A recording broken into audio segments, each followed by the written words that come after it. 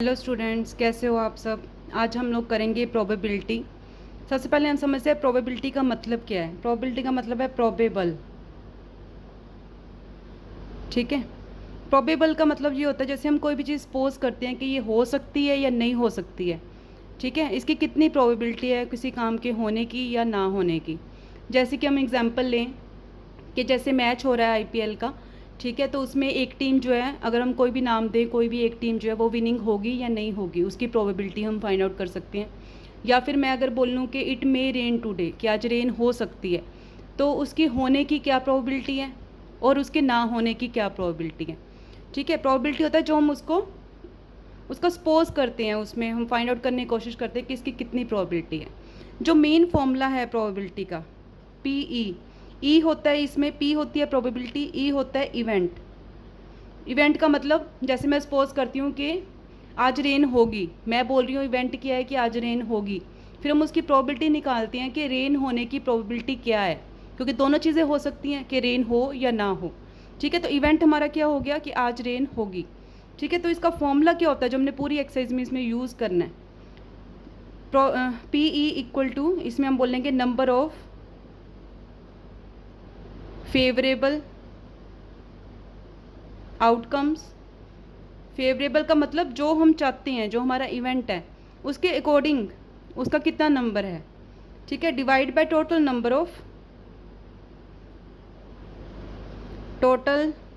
Of possible outcomes, कि जो जो हो सकता है। ठीक है, पॉसिबल कितने हैं और फेवरेबल कितने हैं, दोनों की रेशो हमने लेनी होती है। ठीक है, तो मैं आपको एक एग्जांपल लेके इसमें समझाती हूँ। जैसे एक कॉइन है, ठीक है, ये एक कॉइन है, इसको मैं कॉइन को थ्रो करती हूँ। ठीक है, तो हम सबको पता है कि कॉइन के दो पार्ट्स होते हैं, एक हेड और एक टेल, या हेड आएगा या टेल आएगा।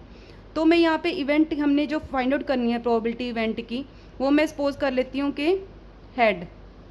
ठीक है, इवेंट क्या है कि हेड आए कॉइन का। ठीक है, तो इसकी प्रोबेबिलिटी मैं कैसे निकाल लूँगी, पी ई मतलब हेड आने की probability, number of favourable outcomes. अब देखो, जब हम कॉइन को थ्रो करेंगे तो उसमें या तो हेड आएगा या टेल आएगा।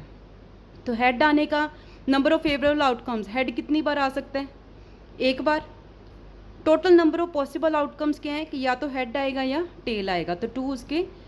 ऐसे ही हम इसको हेड की जगह पे इवेंट अगर लेंगे कि टेल आए, ठीक है, तो टेल आएगी तो क्या होगा, प्रोबेबिलिटी ऑफ टेल क्या हो जाएगी, उसमें भी टेल भी एक ही है, एक बार में एक ही बार टेल आएगा, एक ही है टेल। और टोटल नंबर ऑफ क्या है पॉसिबल आउटकम्स, के दोनों में से कोई भी आ सकता है, टू। तो ये हाफ इसकी प्रोबेबिलिटी हो जाती है। तो ये इसका बेस है। जैसे कि मैं किसी डाइस की बात करूँ, अब डाइस में हम सबको पता है कि 1 2 3 4 5 6, 6 तक नंबर्स होते हैं डाइस में। ठीक है, अगर मैं कहूँ कि 1 मैंने डाइस को थ्रो किया, तो 1 जो है उसकी प्रोबेबिलिटी क्या है, प्रोबेबिलिटी ऑफ 1 आने की प्रोबेबिलिटी क्या है। और 1 एक ही बार, एक ही है, एक बार में तो एक ही बार आएगा ना 1। तो टोटल नंबर ऑफ आउटकम्स, लेकिन आ क्या क्या सकते हैं, 1 2 3 4 5 6, तो उसकी प्रोबेबिलिटी क्या होगी 1/6। ऐसे ही हर एक नंबर की अगर 2 की निकालनी है तो उसकी भी क्या आएगी 1/6।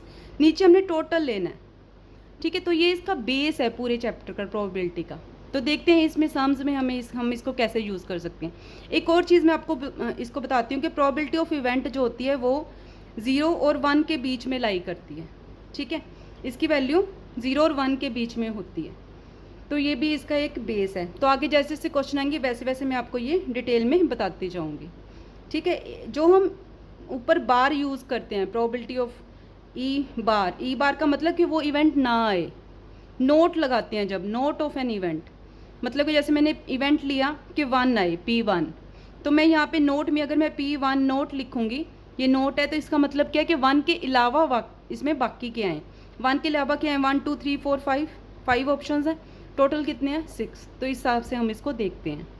ठीक है, और तीसरी चीज़ इसमें होती है पी ई, और पी ई नोट ये हमेशा 1 रहता है। ठीक है, बाकी जैसे जैसे हम क्वेश्चन करेंगे, जो मेन चीज़ है ना इस चैप्टर की, वो ये चीज़ है फॉर्मूला। ये आप लोगों ने अच्छे से ध्यान में देना है, इसके बेस के ऊपर हमने पूरी एक्सरसाइज को सॉल्व करना है। तो आप लोग इसको नोट डाउन कर लो, स्क्रीनशॉट ले लो, या फिर इसको पॉज करके नोट डाउन कर लो, तो फिर मैं आपको आगे एक्सरसाइज स्टार्ट करवाती हूँ। ठीक है, देखते हैं अब इसकी एक्सरसाइज कैसे होगी, कैसे इस फॉर्मूले को हमने इसमें अप्लाई करना है। एनसीईआरटी बुक्स खोल लो आप लोग मेरे साथ।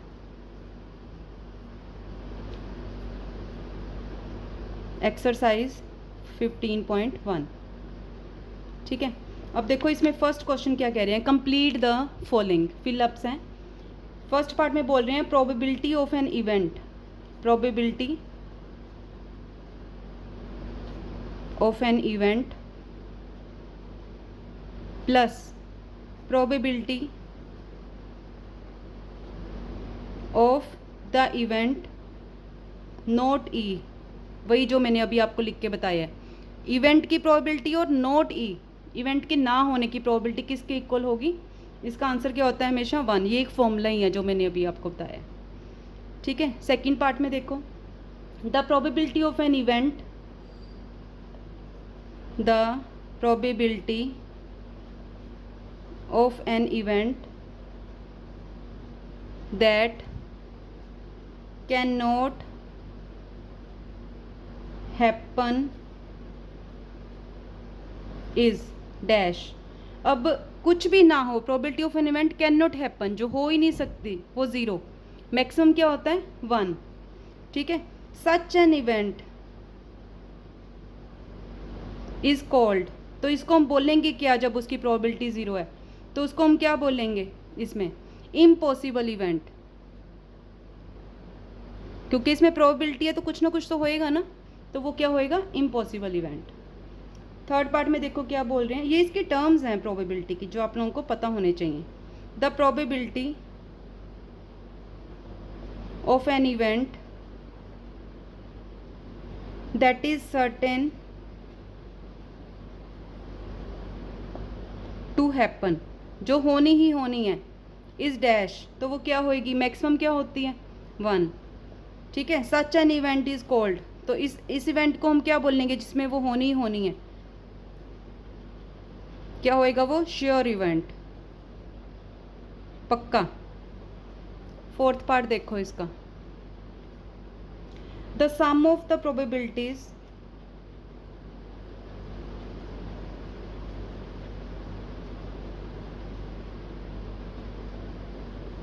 of all the elementary events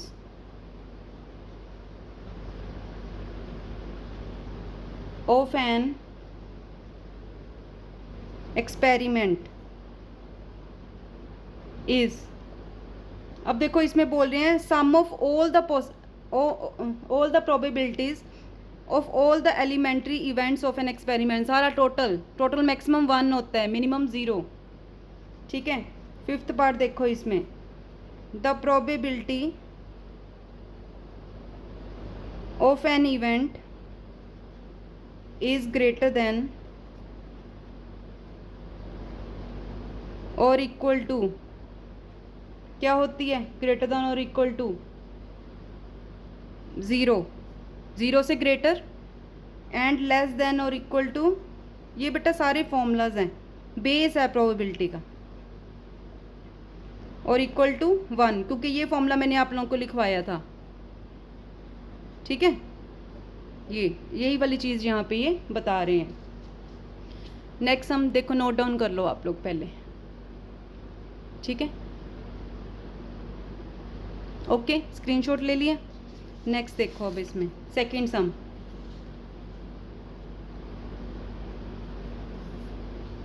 second sum में बोल रहे हैं which of the following experiments have equally likely outcomes, equally likely outcomes, ये हमने बताने हैं, ठीक है। तो हमने फर्स्ट पार्ट किया है, ए ड्राइवर, ये सिर्फ समझने की बात है, ओरल क्वेश्चंस है, मैं फिर भी आप लोगों को बता रही हूँ। Attempts to start a car, the car starts और डज नॉट स्टार्ट, प्रोबेबिलिटी जो होती है ना, बेस यही है कि काम होगा या नहीं होगा। अब देखो, a driver attempts to start a car, car start करने की कोशिश करता है, द कार स्टार्ट्स और डज नॉट स्टार्ट, तो ये क्या होगा, it is not equally likely, ठीक है। यही पूछा ना, इक्वली लाइकली होंगे कि नहीं होंगे, नहीं होगा। Reason, because the car starts normally तो कार स्टार्ट होती है जब तक उसमें कोई प्रॉब्लम ना हो, only when there is some default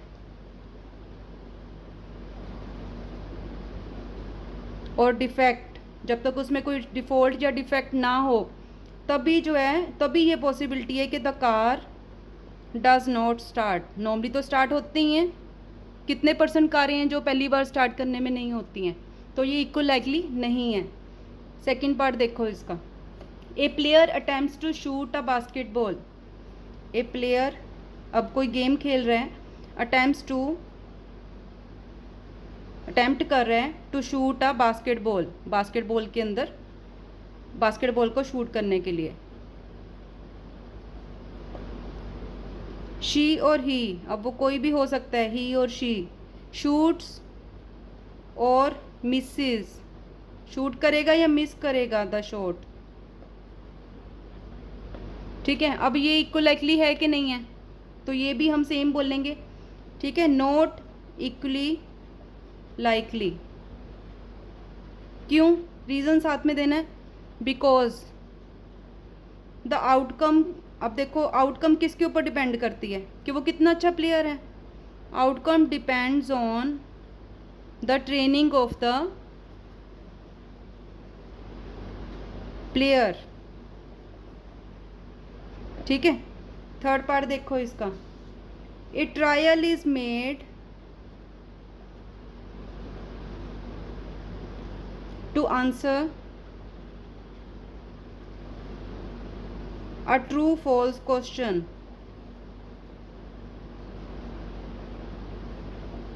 ठीक है, द आंसर इज राइट और रॉन्ग। अब ये बिल्कुल सेम है, देखो सिर्फ क्वेश्चन चेंज कर दिया। आंसर इज राइट और रॉन्ग। अब देखो इसमें, तो ये आइदर ट्रू और फॉल्स। ठीक है, तो या तो वो ट्रू होगा या फॉल्स होगा। आउटकम ऑफ द ट्रायल, तो इसके हम क्या लिखेंगे, आउटकम क्या आएगी इसकी, outcome of trial of true false question. अब ट्रू और फॉल्स में क्या हो सकता है,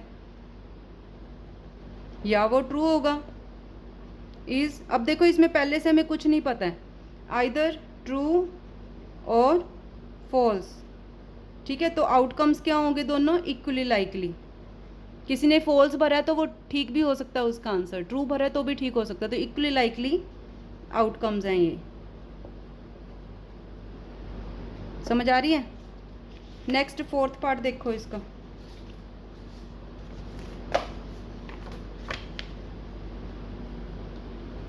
fourth part, a baby is born. ठीक है, इट इज़ अ बॉय और गर्ल, या तो वो बॉय होगा और अ गर्ल, तो ये भी क्या है, इक्वली लाइकली। ठीक है, तो इसका आंसर क्या है, ए बेबी कैन बी आइदर, इसमें कोई कुछ कर नहीं सकता है, आइदर अ बॉय और अ गर्ल, तो क्या हो गए, इक्वली लाइकली आउटकम्स। ठीक है, थर्ड क्वेश्चन देखो इसमें, थर्ड क्वेश्चन में ये बोल रहे हैं, why is tossing a coin, why is tossing a coin considered to be a fair way of deciding which team should get the ball at the beginning of a football game. अब देखो आप लोग ने normally देखा होगा जब कोई भी गेम स्टार्ट होती है, ठीक है, तो उसमें क्या करते हैं, एक कॉइन को टॉस करते हैं, एक जना हेड मांगता है, एक जना टेल मांगता है, एक टीम, तो जिसका भी वो मांगा हुआ आ जाता है हेड या टेल, तो उसकी जो वारी है वो पहले आ जाती है बॉल को मारने की। तो ये कह रहे हैं कि ये फेयर क्यों है इस वे से डिसाइड करना। अब मैंने पहले ही बताया था, अब कॉइन के दो ही हिस्से हैं, हेड और टेल, या तो हेड आएगा या टेल, दोनों इक्वल लाइकली कम्स हैं, ठीक है। दोनों की जो प्रोबेबिलिटी है हाफ हाफ है, 1/2 1/2 स्टार्टिंग में मैंने बताया, ठीक है। तो इसलिए ये जो है पहले से हम इसको प्रेडिक्ट नहीं कर सकते। तो इसका सोल्यूशन क्या हो जाएगा, when we toss a coin the outcomes head and tail are equally likely. जहाँ पे भी इक्वली लाइकली का मतलब कि बराबर बराबर पॉसिबिलिटी है दोनों के आने की। अगर इक्वली लाइकली होंगे तो रिजल्ट भी क्या होएगा, अनप्रिडिक्टेबल है, ठीक है, और फेयर होएगा उसका result. So the result is result of an individual coin toss is completely